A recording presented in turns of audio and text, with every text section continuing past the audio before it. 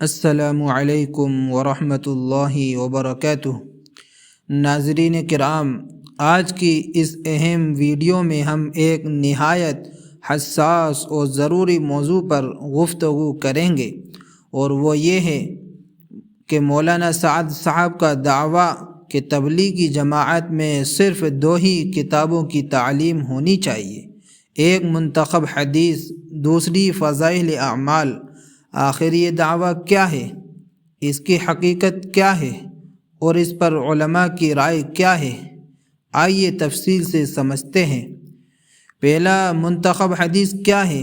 ناظرین، منتخب حدیث وہ کتاب ہے جس میں رسول اللہ صلی اللہ علیہ وسلم کی احادیث کو منتخب کر کے جمع کیا گیا ہے تاکہ عام مسلمان آسانی سے دین کی بنیادی باتیں سیکھ سکیں۔ اس کتاب میں زیادہ تر موضوعات یہ ہیں: ایمان کی حقیقت، نماز کی اہمیت، ذکر و اذکار، اخلاق و معاملات، دعوت و تبلیغ کی فضیلت۔ تبلیغی جماعت میں اس کتاب کا مقصد یہ ہوتا ہے کہ لوگوں کے دلوں میں ایمان کی حرارت پیدا ہو اور وہ عملی دین کی طرف آئیں۔ دوسرا حصہ، فضائل اعمال۔ فضائل اعمال حضرت شیخ الحدیث مولانا محمد زکریا کاندھلوی رحمۃ اللہ علیہ کی تصنیف ہے۔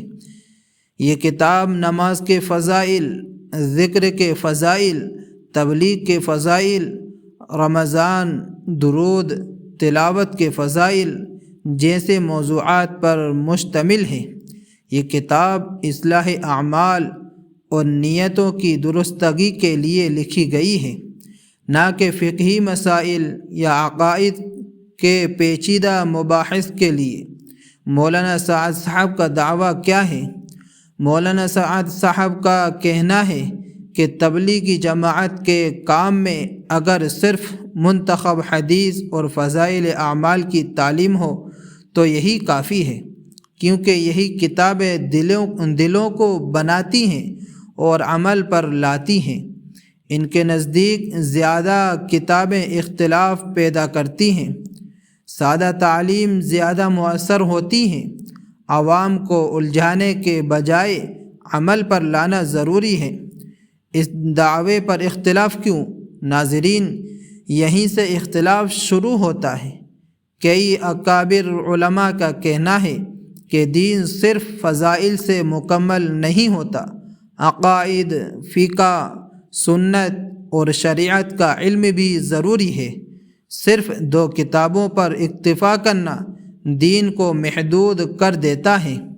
علماء کہتے ہیں فضائل اعمال اصلاح کے لیے ہے، مگر عقیدہ اور مسئلہ سیکھنے کے لیے نہیں۔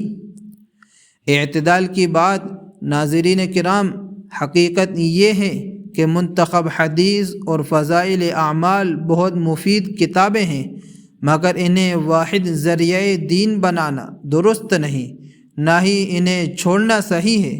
اصل راستہ یہ ہے کہ تبلیغ میں فضائل کی کتابیں رہیں اور علم کے لیے قرآن، صحیح حدیث اور معتبر فقہی کتب سے بھی رہنمائی لی جائے۔